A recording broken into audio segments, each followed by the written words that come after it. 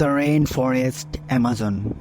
হ্যাঁ, এটা পৃথিবীর এমন একটি জায়গা যেখানে বসবাস করছে কোটি কোটি জীব, উইদাউট এনি হিউম্যানস।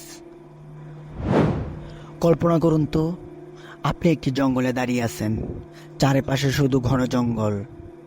সূর্যের আলো পর্যন্ত মাটিতে ঠিকমতো পৌঁছাতে পারে না।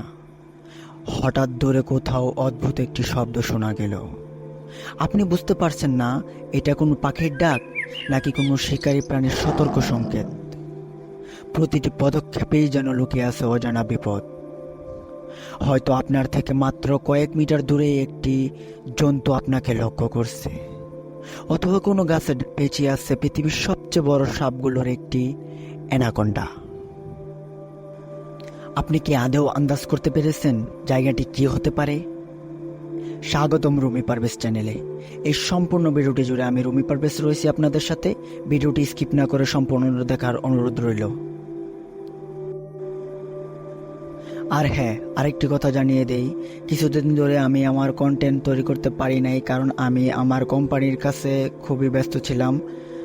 সো আপনারা যারা যারা আমার ভিডিওগুলো দেখেন অবশ্যই ধৈর্য ধরে থাকবেন। ইনশাল্লাহ এখন থেকে চেষ্টা করব ভিডিও আপলোড করার। হ্যাঁ, আপনি ঠিকই ধরেছেন, এটা হচ্ছে পৃথিবীর সবচেয়ে রহস্যময় জঙ্গল, দ্য রেইন ফরেস্ট অ্যামাজন। এটি শুধু একটি জঙ্গল নয়, এটি একটি সম্পূর্ণ পৃথিবী। একটি এমন পৃথিবী যেখানে কোটি কোটি জীব বাস করে। একটি এমন পৃথিবী যার অনেক অংশ আজও মানুষের কাছে রহস্য। বিজ্ঞানীরা প্রতিনিয়ত এখানে নতুন নতুন প্রাণী এবং উদ্ভিদের সন্ধান পাচ্ছে। এমনকি কিছু কিছু জায়গায় এখনো মানুষের পা পর্যন্ত পড়েনি। কিন্তু প্রশ্ন হলো, কেন অ্যামাজন দ্য রেইন ফরেস্ট এত গুরুত্বপূর্ণ? কেন একে পৃথিবীর ফুসফুস বলা হয়? কেন বিশ্বের সবচেয়ে ভয়ঙ্কর এবং রহস্যময় প্রাণীদের অনেকেই এখানে বাস করে? এবং কেন এই বিশাল জঙ্গল আজ ধ্বংসের মুখে দাঁড়িয়ে আছে? আজকের এই ডকুমেন্টারি ভিডিওতে আমরা প্রবেশ করব পৃথিবীর সবচেয়ে বিস্ময়কর এবং রহস্যময় জঙ্গলের গভীরে। অ্যামাজন রেইন ফরেস্ট দক্ষিণ আমেরিকার বিস্তীর্ণ অঞ্চল জুড়ে ছড়িয়ে আছে।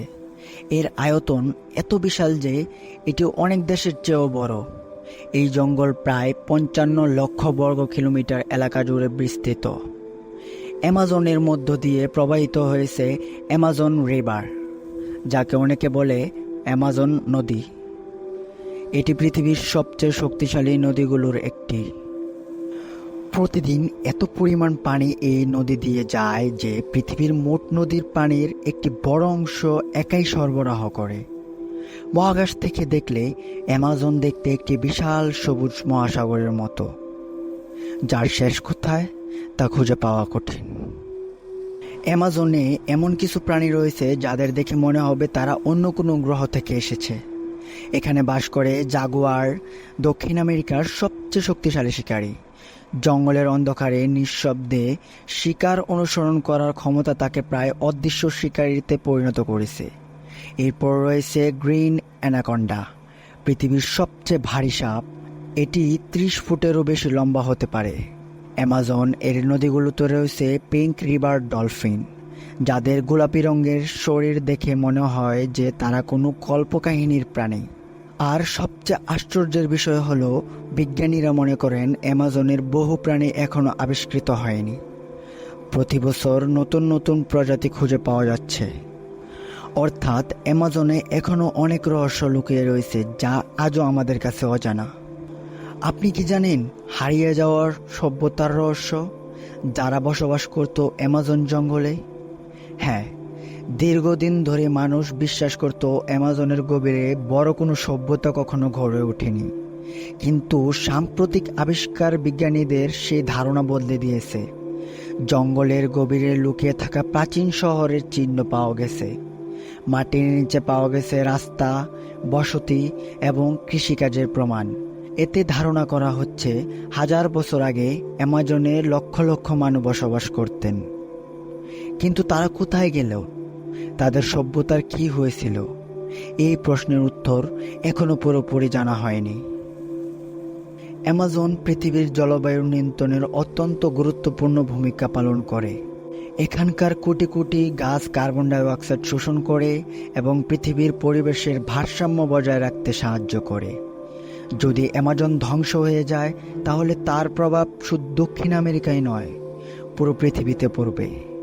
তাপমাত্রা বৃদ্ধি পাবে, জলবায়ু পরিবর্তন আরও দ্রুত হবে এবং অসংখ্য প্রাণী চিরতরে বিলুপ্ত হয়ে যেতে পারে।